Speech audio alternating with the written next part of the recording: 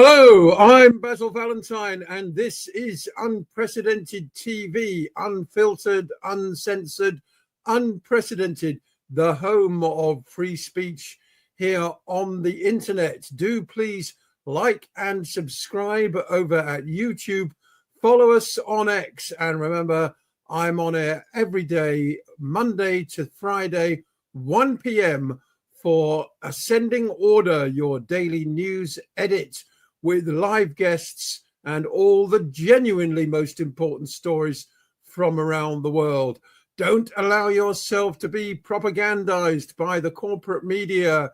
Forget the world at one on Radio 4. Join me, Basil Valentine, instead, 1 p.m. on X, Monday to Friday, also on YouTube. And I'll see you all very soon.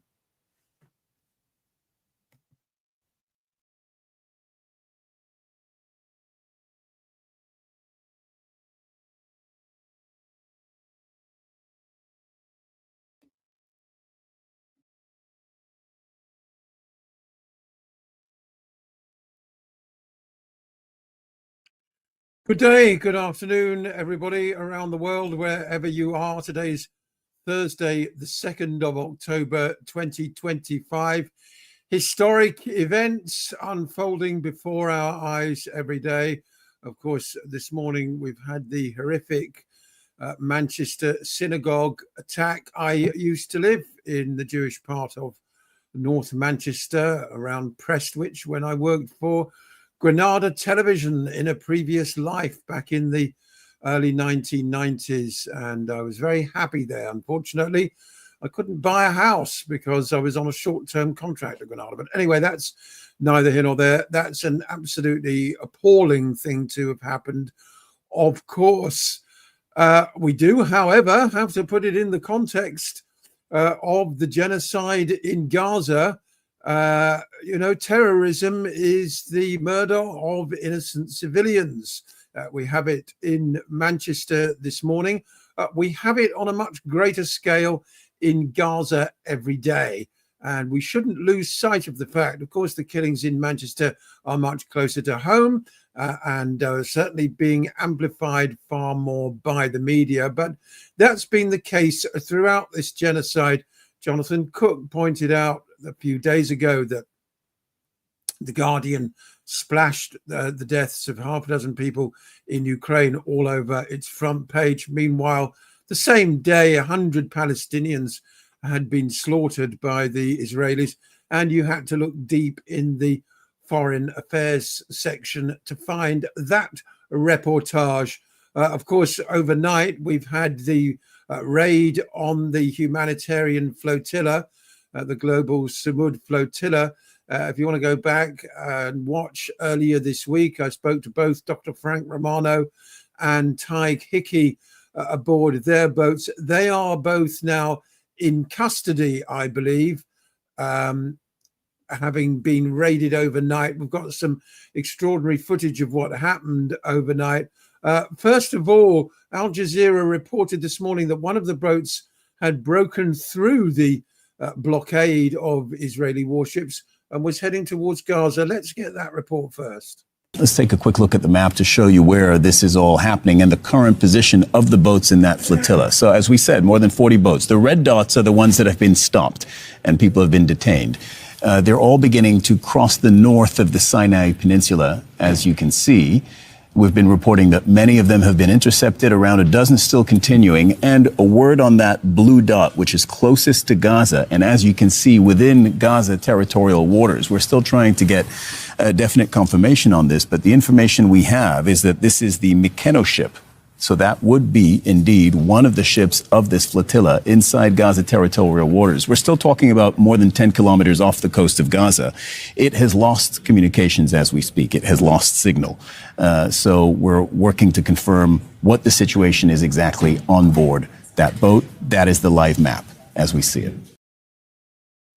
Now, the latest reports are that all the boats have in fact been intercepted. And to bring you fully up to date, the man for whom the term all mouth and trousers might have been coined, Recep Tayyip Erdogan, the president of Turkey.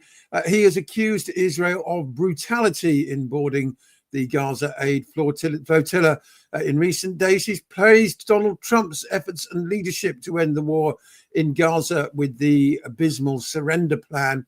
And of course, that sort of bizarre corporate colonial takeover demands the complete surrender of the Palestinians, and indeed that aid be conditioned upon their surrender. Aid is not supposed to be conditional upon anything. The Italian Prime Minister, Giorgia Meloni, unsurprisingly, she has criticized the flotilla. The Italian boats backed away yesterday afternoon. No surprise there at all. She's been taking a particularly critical stance towards the boats. I mean, the two Italian warships only took to the waters because of the enormous pressure from her own population, the near general strike last week. Speaking at a European Union meeting in Denmark this morning, Meloni said, obviously, we will do everything we can to ensure the Italians return to Italy as soon as possible. I continue to believe that all this brings no benefit to the Palestinian people. She said, well, the one thing that it brings them, Georgia, my dear, which you seem incapable of, is hope. It brings them hope. It reminds them that there are people out there who actually care and might actually do something to break the illegal siege. Now, there was some fascinating footage appeared overnight, starting, of course, with the broadcast appeal by an American-sounding, blonde-haired Zionist naval officer of some description who wouldn't show her face to the camera and barked the following orders through a megaphone. This is the Israeli Navy. You are approaching a blockaded zone. If you wish to deliver aid to Gaza, you may do so through the established channels. Please change your course toward the port of Ashdod, where the aid will undergo a security inspection and then be transferred into the Gaza Strip. So that was the first that the people on the boats heard of it. And shortly after that, boats started being sprayed with skunk water, amongst other things. Greta Thunberg herself, of course, was apprehended. Here she is.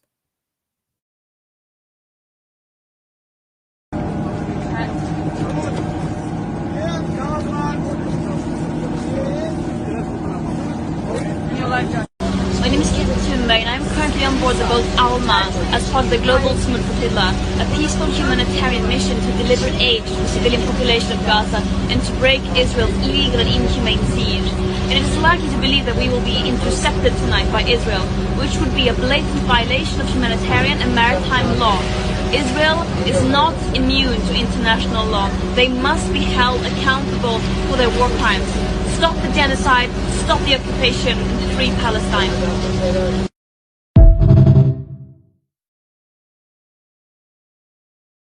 Along with everybody else, I think she's now in custody. Here are the extraordinary scenes of another of the boats being boarded.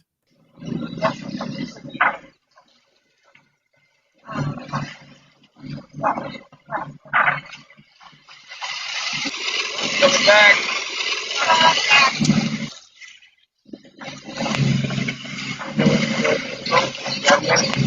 Yeah, there's like problems.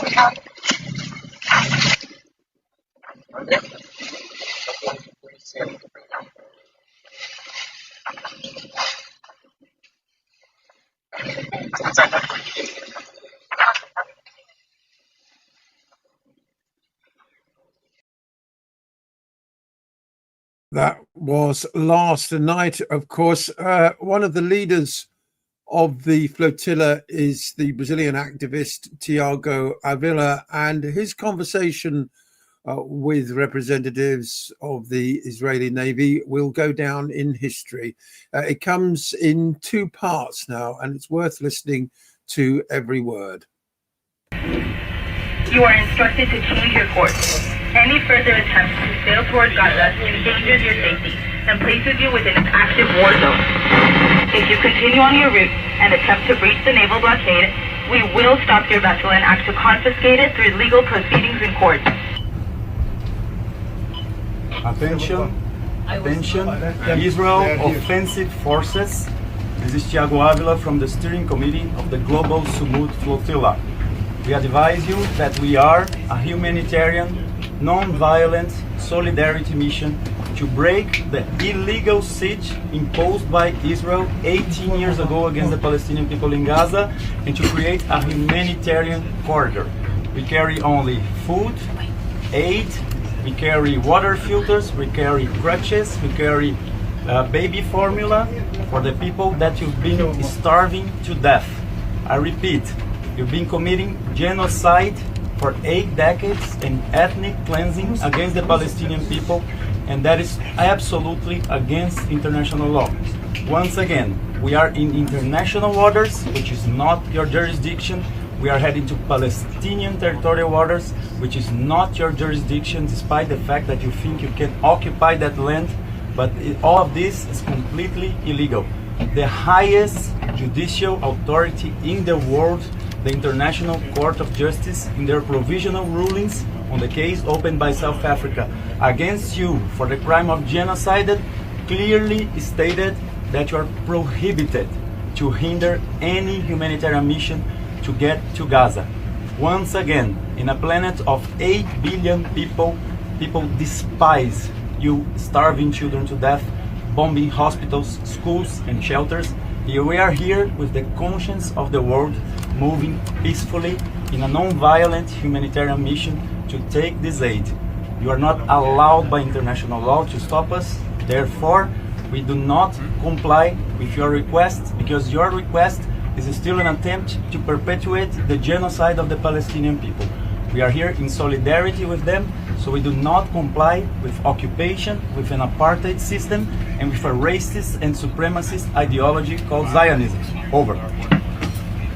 We repeat, this is the Israeli Navy. You are approaching a blockaded zone. You've got to hand it to Tiago, whether you agree with him or not. Extraordinary thing to say to the Israeli Navy to their face. I think he's particularly courageous. Here's the second part of that conversation. In an active war zone. If you continue and attempt to breach the naval blockade, we will stop your vessel and act to confiscate it through legal proceedings in court. You bear full responsibility for your actions. Say that we are entering an active war zone. You're saying that we are entering a place where we are committing war crimes. This is against international law. Once again, the International Court of Justice made a provisional ruling that any attempt to hinder a humanitarian mission to Gaza is prohibited by international law and is complying with the request to make you accountable for the crime of genocide.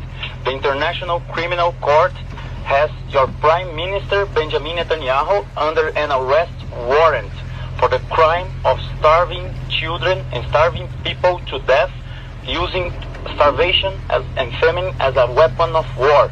Therefore, it's our moral duty to continue sailing. It's our moral duty to refuse any attempt of an occupying force to control humanitarian aid for the Palestinian people in Gaza, who have the right of their sovereignty, who have the right of their self-determination, and to control their own borders. Therefore, we do not recognize you as a legitimate agent to control any attempt to bring aid to the Palestinian people in Gaza. We request you to stand down, to do not commit another war crime among so many that you've been committing, and to stand down. Do not engage with our peaceful, non-violent, humanitarian solidarity mission for the Palestinian people in Gaza. I advise you again. There you go. Well, not long after that, the boat was boarded. Extraordinary footage here with a night camera of armed Israeli offensive forces, as the flotilla described them, boarding one of the boats.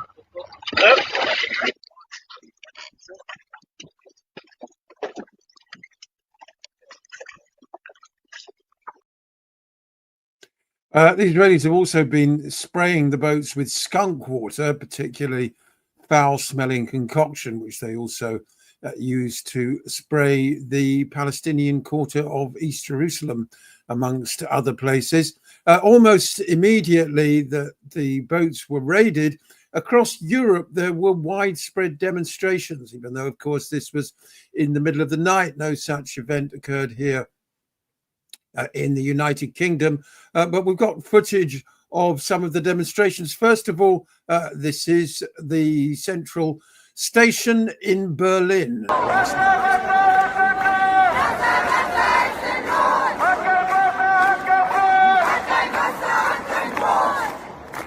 Liebe Freunde, das hätte eine ganz friedliche Veranstaltung werden können. Eine ganz friedliche, angemeldete Veranstaltung. Die Polizei hat die Veranstaltung eskaliert.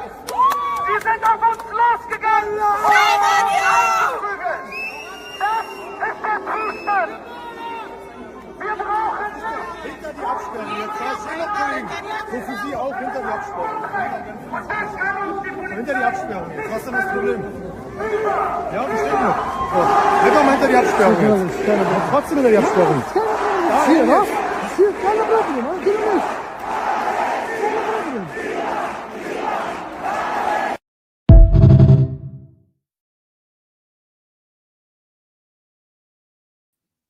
That was on Instagram. I wonder, with Larry Ellison taking over TikTok, whether that kind of thing will be suppressed in future. Similar scenes were on show in Greece.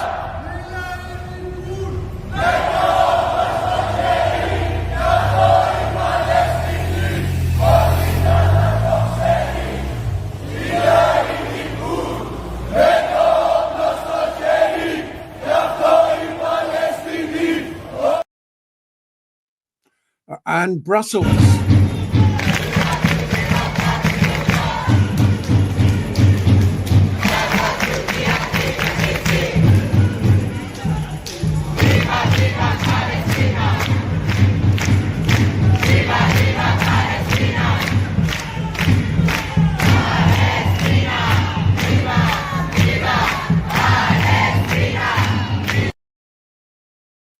And Istanbul.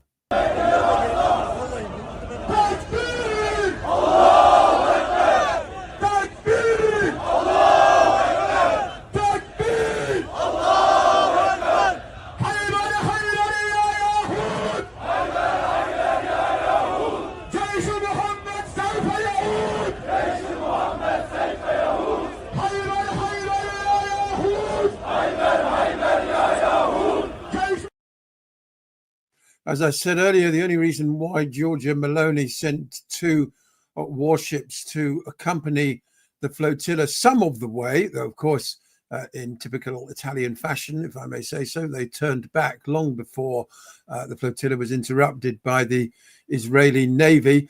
She only took that action because, of course, of the strength of protest from the Italian people. They took to the streets in a number of cities last night. These pictures are from Naples.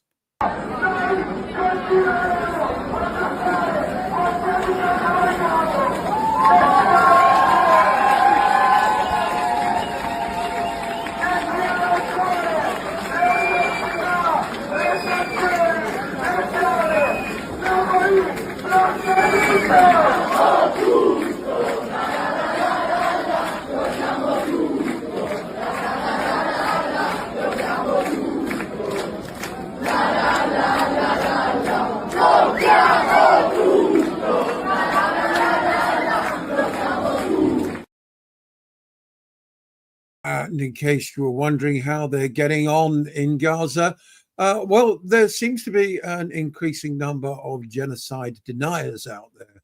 I saw Graham Linehan, who, of course, has got into trouble with his transphobic tweets, is trying to claim that the whole flotilla thing was simply a vain publicity stunt. It's difficult to make common cause with people like Linehan, who I support, of course, his rights to freedom of speech with respect to trans issues or anything else for that matter.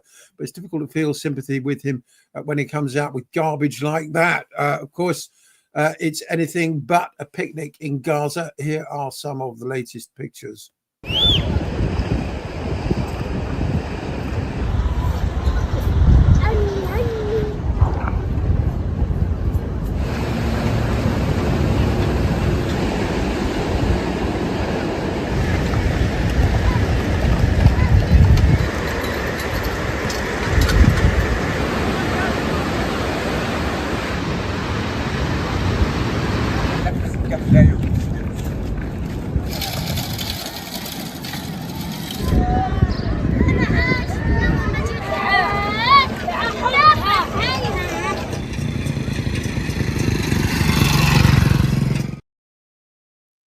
Daily life in Gaza, hardly Mayfair, is it?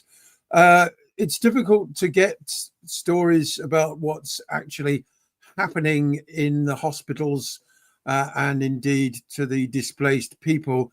But someone who has been up close is Tom Fletcher, UNICEF representative, and he spoke to Mehdi Hassan yesterday on Zetio about the conditions in one of the hospitals.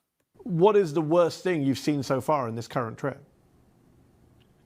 Honestly, almost the first day, Mehdi, I was very conscious of coming back, and I've seen so much here in terms of a sense of spirit. There's no cliche to that. There is a reason that Palestinians here over a ceasefire bounce back, and there's a reason that they've rebuilt Shifa Hospital multiple times, and that's on the back of something substantial. That's on the back of one of the highest literacy rates in the world. That's on the back of engineers. That's on the back of doctors. That's on the back of nurses. That's on the back of all these people who are living in tents, who wake up at 5 o'clock in the morning to look for water or to look for wood or to go and get plastic to burn. That's on the back of Palestinians. So I wanted to show that. I went to a hospital to speak to some of those doctors and nurses, and also because I understood there'd be some volunteers there trying to bring a bit of joy to children. Within a period of half an hour, Mehdi, firstly I was outside at Al-Aqsa Hospital in the middle area, Deribala, and it was a room full of children, 4 or 5 children, all who'd been shot by quadcopters. All of these children shot by quadcopters. I went inside, and it's a war zone, obviously. There's just children and adults across the floor. I was looking at a teenage boy who'd been shot at one of those Gaza Humanitarian Foundation, was bleeding out with his mother screaming, where in the world does this happen? Where in the world is this allowed to happen? Finally, he was put on a stretcher, and then another child took his place. Again, this is within 20 minutes. Then I looked at a little girl, Mehdi, and she'd just been dragged from the rubble. Her name was Sham, and she's 5 years old. That smell of a child who's been under rubble, the dust, the absolute terror in their face. But she was okay. Doctors looked at her, no breaks. She hadn't yet been told that her mum and her sister both died in that airstrike. Oh. I then went into an ICU. It's a makeshift ICU. ICUs here are like an ICU you'd find in Europe and South Africa and the United States. This one's makeshift. And there was a little girl who I was talking to, the doctor. She had beautiful little bobs in her hair. You could see the care that a parent had, and the doctor was explaining her situation from an airstrike, Mehdi, and she died in front of us. So that half hour was as tough as I've seen here. And having said that, if I may, the head of UNICEF was just at that hospital, and 15 minutes after he left, there was a drone strike in the car park where they'd been. That's a few hours in Gaza. Wow.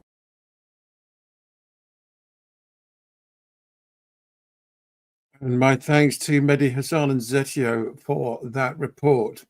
Luke Akehurst is the Labour MP for North Durham. He was parachuted into that constituency last year for the general election, having had no previous association with it. When Jeremy Corbyn was leader of the Labour Party, Akehurst attacked him vociferously on many occasions. In 2019, in a speech At a Jewish Labour movement rally, Akers said he'd nearly left the party over anti-Semitism and hoped that Corbyn could be removed as leader. On social media, he's described the United Nations as anti-Semitic and said that Jews are politically black. He's been criticised for what The Guardian described as his efforts to wrest control of Labour's National Executive Committee, conference agenda and constituency party leaders. So here he is yesterday. Owen Jones, who I don't always agree with, managed to catch hold of him after Jones's conference credentials were revoked. Of course, they kicked him out of the Labour Party conference.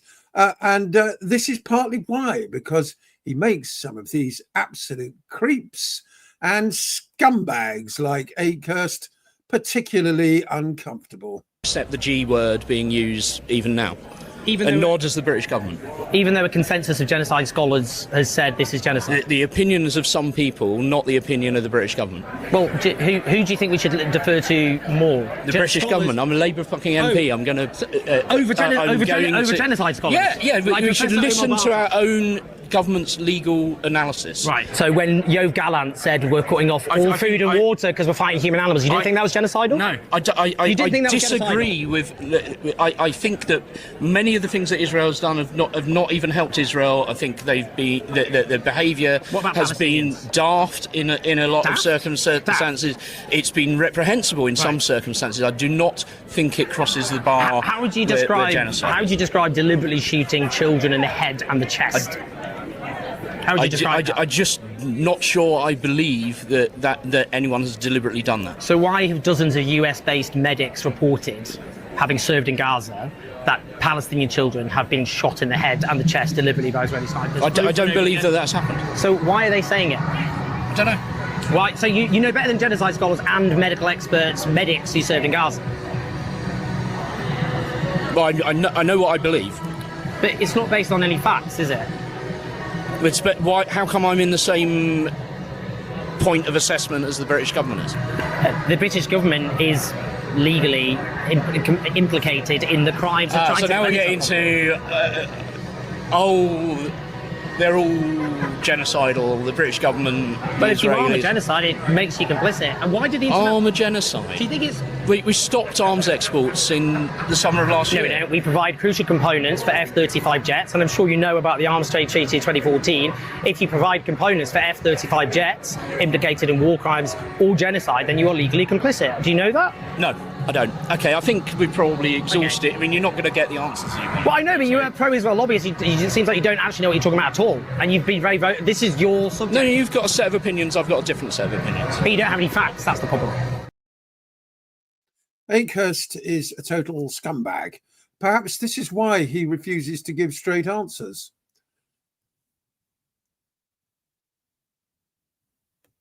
This report has just emerged yesterday and today. Ministers facing fresh allegations of corruption over the banning of Palestine action. 1,500 people due to be in Trafalgar Square tomorrow to defy the ban.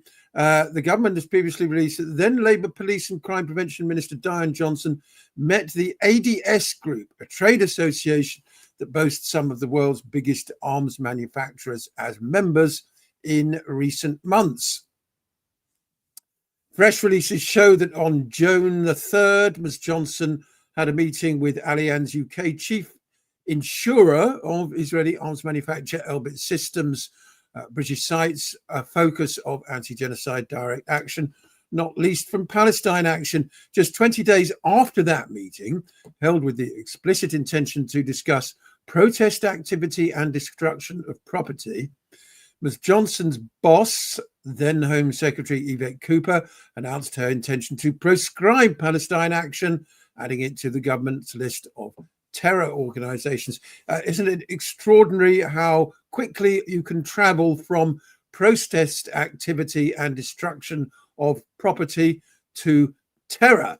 For Palestinian filmmaker and journalist Taj Farouki, a member of the Lift the Ban campaign to reverse the prescription, the meeting is merely further evidence, where it needed, of the corruption of the process used to prescribe Palestine action. It seems clear to us, he said, that this government has chosen to protect the profits of those companies over their legal obligation to prevent a genocide, he added. Mr. Faruqi's comments come before more than 1,500 people are expected to converge on Trafalgar Square. That's on Saturday, to defy the anti-terror legislation with the kind of open show of support for the group that has already resulted in hundreds of arrests, including 66 outside this week's Labour Party conference. Now, speaking of the Labour Party conference and the dreadful bunch of scumbags in this government, and I'm not afraid to use that kind of language because that's what they are, I now want to defer to colleagues with whom I have the most enormous respect at Declassified UK. They were refused access in our wonderful democracy to the secure zone, all very high security these days at this kind of event. But that didn't stop them embarrassing some of these ghastly ghouls outside and on their way in, as we can hear now in this extended special report.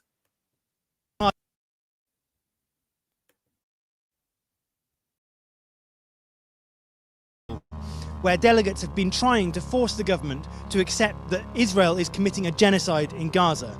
That's not happened yet, but there's been protests outside here all day, and 66 people have been arrested for expressing support for Palestine action. Now, we applied for a press pass so that we could go into the conference and ask questions that we know you want answering, but Labour rejected our application.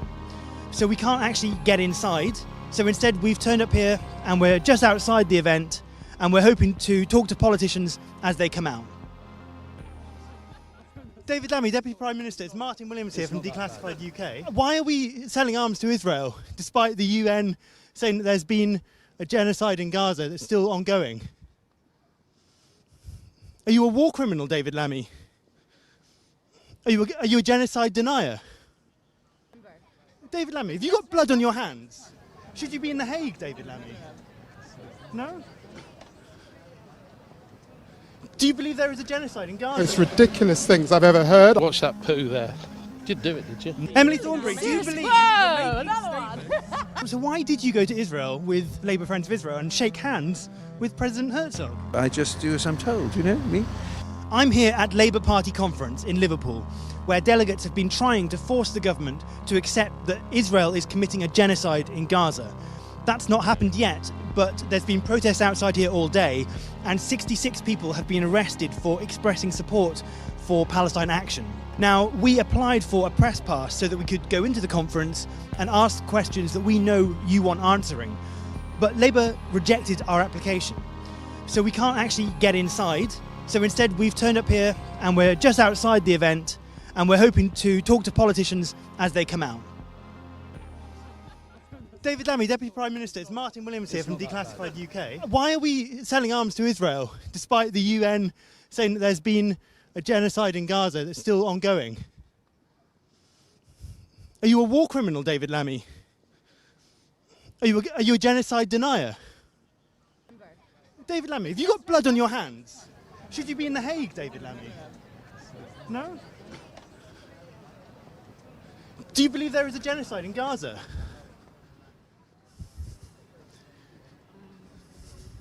Why won't you say anything about the genocide in Gaza?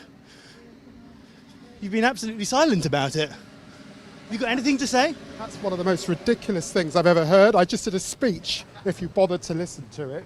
I've spoken in Parliament so many times. That's just so patently ridiculous. Why are we, if you think there is a genocide, then why are we still selling arms to Israel? Why are we still sharing intelligence?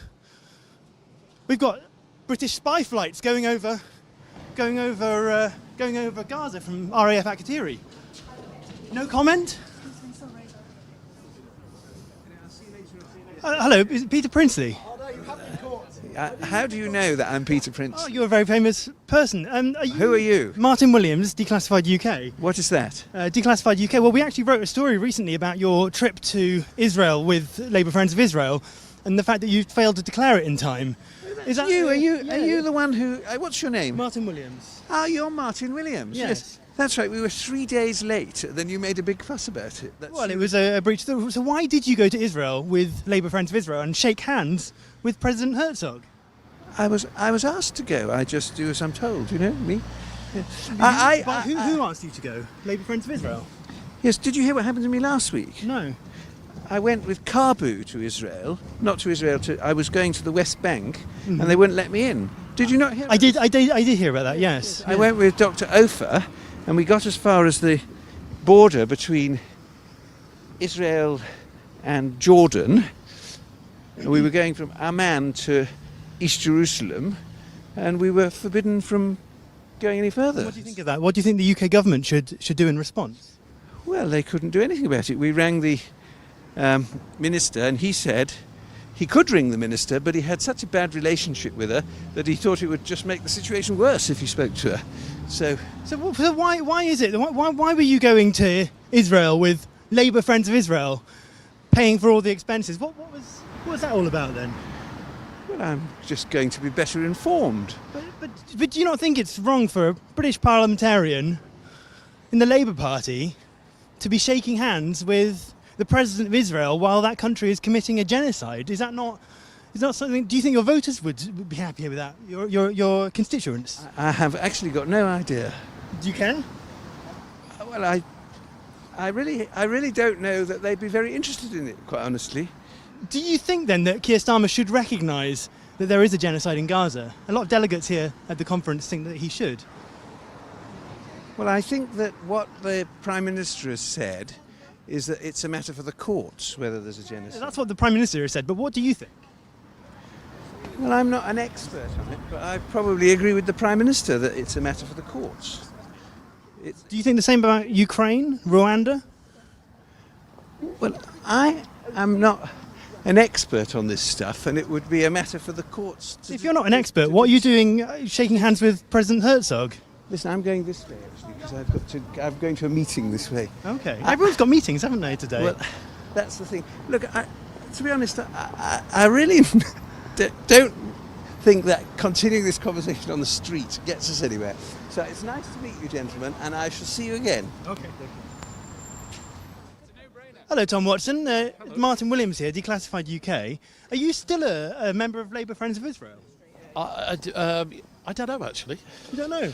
No, but I think they're a very fine organisation. Really? You think it's good that they're sending people out to shake hands with President Herzog and other people in the Israeli government? I think it's really important that Labour shares its partnerships around the world and shares its values and tells our partner organisations what we think. Watch that poo there.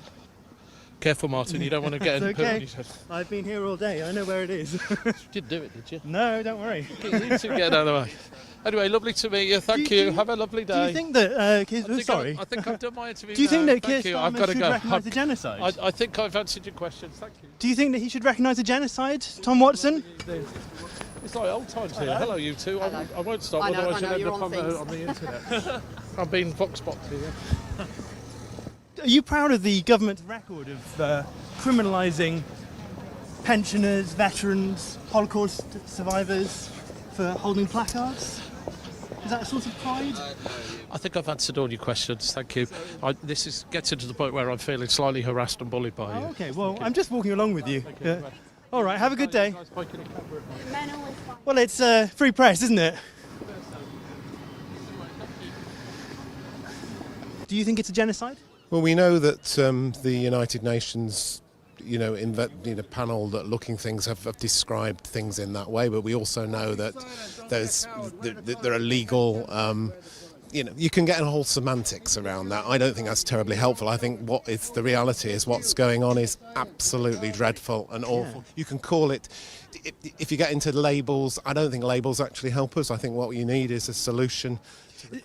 They do help, because if it is a genocide, there are certain legal obligations that the government has. And once those legal legal decisions are made, proper appropriate steps will be taken. There have been 66 people arrested here for protesting against the genocide and holding up placards that said, and I quote, I oppose the genocide, I support Palestine action. The oldest was 83 years old, I believe. Do you think it's wrong that we're arresting pensioners, we've arrested vicars, veterans, Holocaust survivors? You know, it would be better if that wasn't happening. However, you do also know that that Parliament made a decision that Palestine Action were an organisation that are prescribed. You voted to prescribe Palestine Action, so why did you vote? Why did you decide to vote? Because with the information we had at the time, that seemed to be the right thing to do. Obviously, if it's necessary to relook at that, that's what will be done. So up here we can see a venue that is hosted by Enacta. Now Enacta is a lobbying company that was set up by Teddy Ryan, a former Labour Party advisor. Among their clients, recently signed up as a client, is Pearson Engineering. Pearson Engineering is owned by Rafael, which is Israel's state-owned arms company. Enacta's staff are almost exclusively ex-Labour people. And Teddy Ryan, the guy who runs it, is married to Labour's current General Secretary, Holly Ridley. Hello, Chris Bryant. It's Martin Williams here from Declassified UK. More interviews this do you believe that Keir Starmer should recognise that there is a genocide in Gaza? I'm not doing any interviews, I'm afraid. If you want to ask for an interview, you need to make an appointment. Sorry. The UN Commission has found that there is a genocide in Gaza. So has Amnesty International and huge numbers of human rights groups. And yet it seems like hardly any Labour MPs can actually say those words themselves. Can you say that? Is there a genocide in Gaza? I'm not doing an interview. It's simple. Hello, Martin Williams, Declassified UK. Are you proud of this government's record of selling arms to Israel? Well, we were one of the first governments, if not the first government in Europe, to cease selling arms to Israel. We still do, don't we?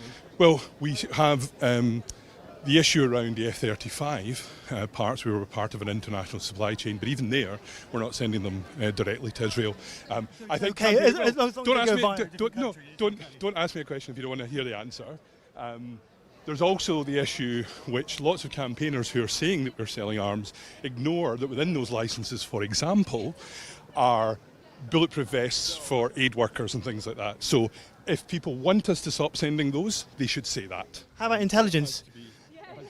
Are you proud to be sharing intelligence? Again, the Ministry of Defence have been very, very clear that the intelligence that we share with Israel from Gaza is focused on getting the release of the hostages. Well, why won't it release any of the footage? Because that footage includes coverage when suspected war crimes were committed.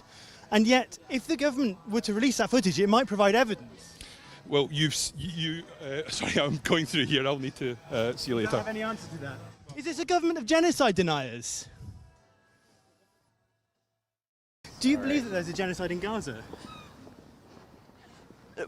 Well, I'm really proud this Labour government has taken the historic step to recognise the state of Palestine. We want to see... Yeah, but my question is about the genocide. What's going on in Gaza is absolutely horrific. It's so awful in Gaza, then why are we still selling weapons to Israel? Why are we sharing intelligence with Israel? We've got an arms regime, which I'm sure you're aware, and have suspended a huge number of arms contracts to Israel, rightly so.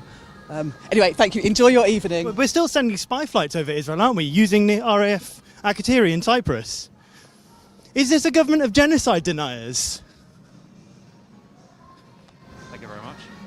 Why is it that no one in Labour is prepared to talk about and to use that word, genocide? The UN calls it a genocide. Emily Thornberry, do you believe... Whoa, another one. Look, it looks to me like a genocide. I mean, you know, hey, yeah, it looks like a genocide. But it's not for me. It doesn't matter what I think. What matters is... It doesn't. No. What matters is what the courts say. There's going to be a reckoning. We have to make sure that we gather evidence, right, and that we make sure that people are held to account.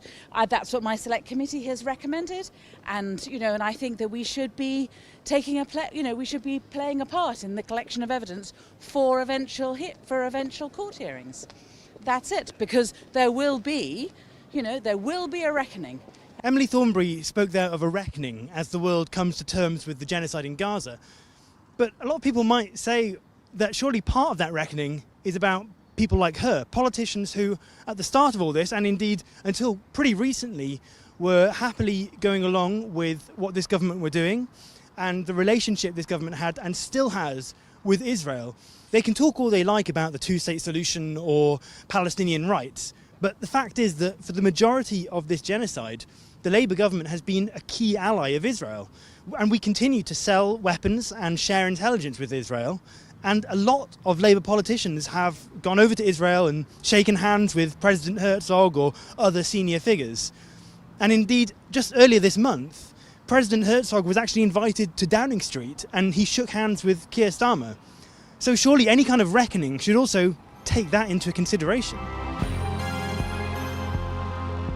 Declassified is the only independent news organisation that's prepared to ask politicians these kind of questions. But this all takes time and money, so if you're able to, please consider donating. If you're not going to support us here at Unprecedented TV, then by all means do support Declassified.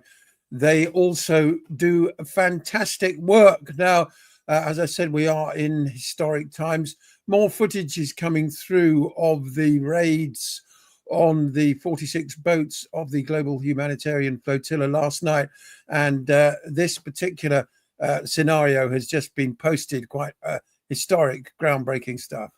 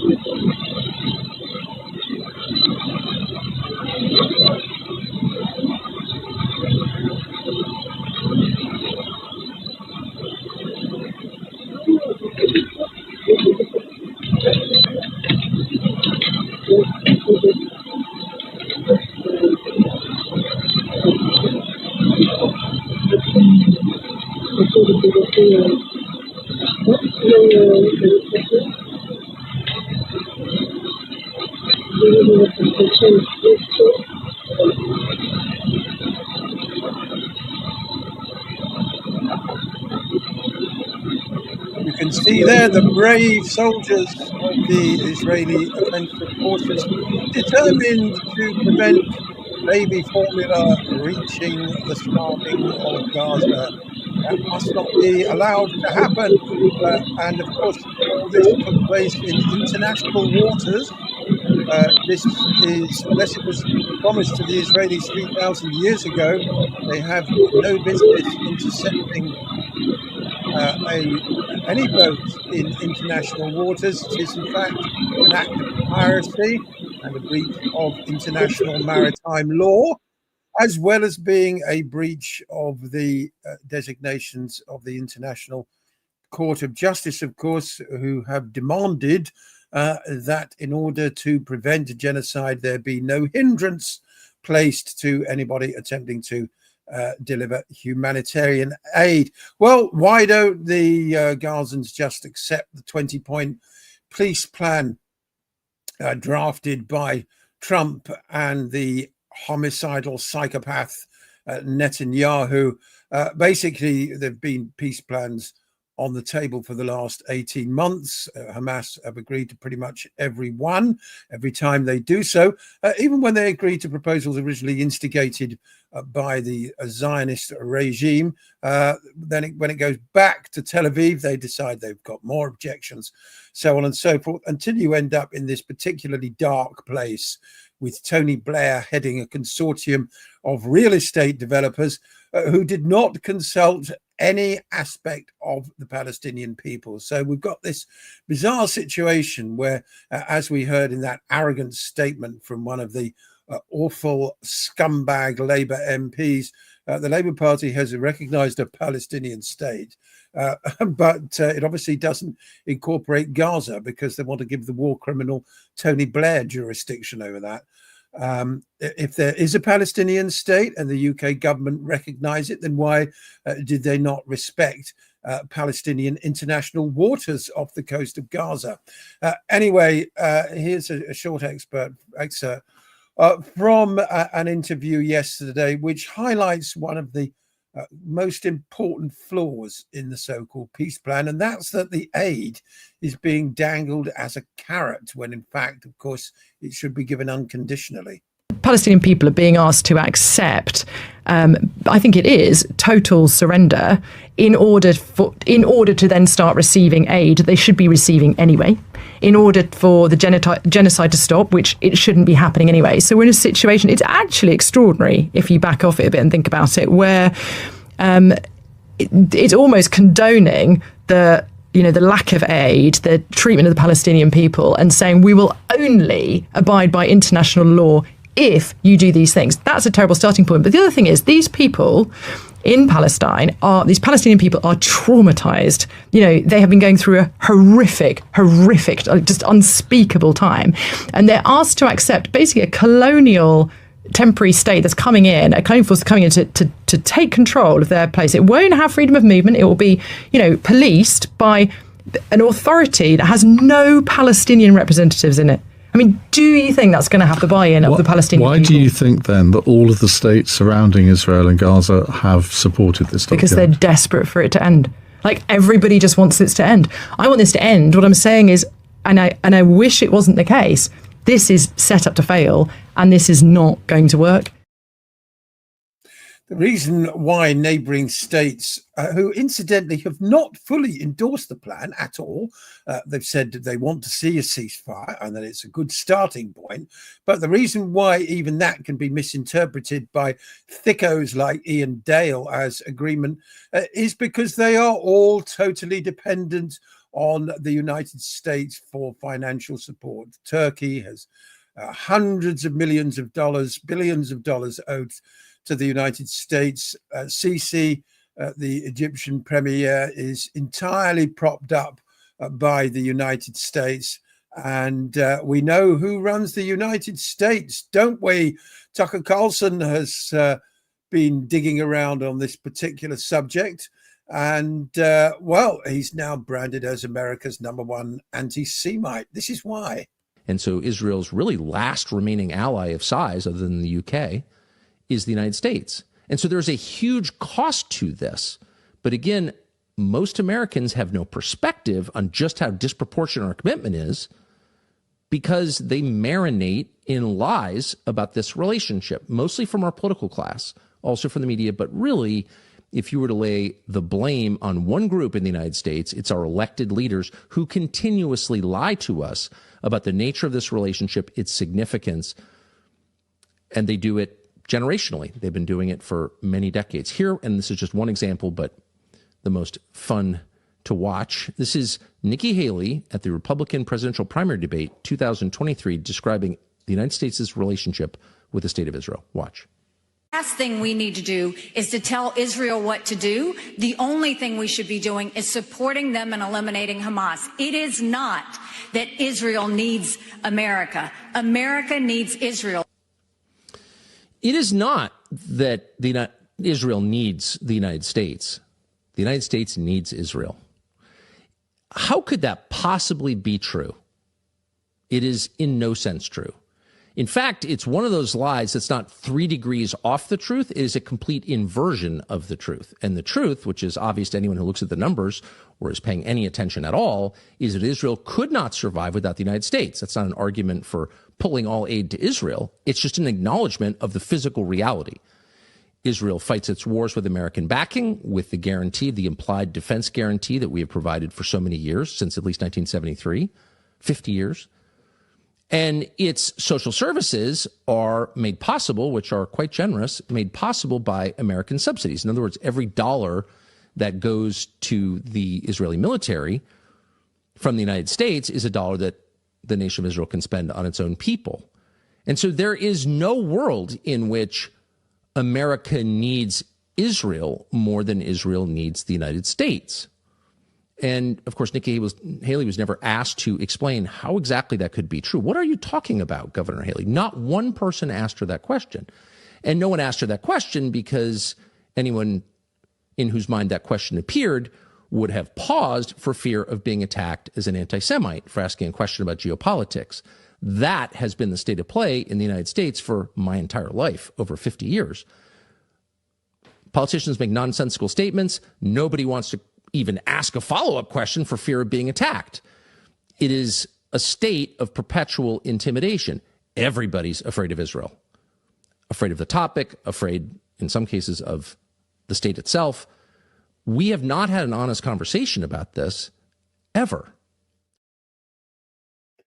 Donald Trump himself is apparently afraid of Netanyahu. Remember, after the terrorist attack by Israel using the bombs disguised as pagers, which killed and mutilated dozens of innocent Lebanese, something Israel does on a regular basis. It's been, you won't hear about it on the BBC, but it's been bombing villages in South Lebanon regularly over the last couple of weeks, massacring dozens of innocent civilians.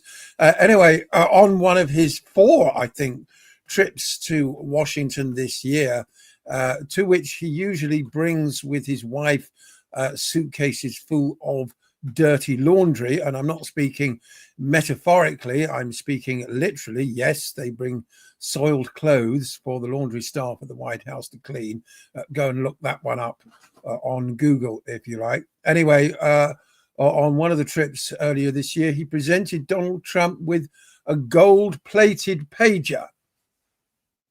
Now, apart from being, really sort of sinister and macabre when you think these things were used to kill and mutilate dozens of Lebanese children, what they've got to do with Hamas or Hezbollah or anybody other of the dozens of enemies Israel has made for itself, I've got absolutely no idea. But when you remember that Benjamin Netanyahu is essentially a gangster, a homicidal maniac and gangster, then it can only be interpreted as a threat, basically saying, look out, pal, we can get to you as well as we can get to anyone else.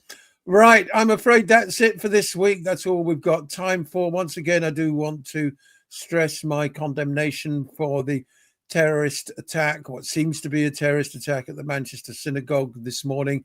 But let's keep the proportions in mind. The latest academic estimate for the number of people dead in Gaza is 680,000. Remember that there's the Palestine Action Protest. I might well be there myself on Saturday. Make this date in your diary as well. Resist digital ID.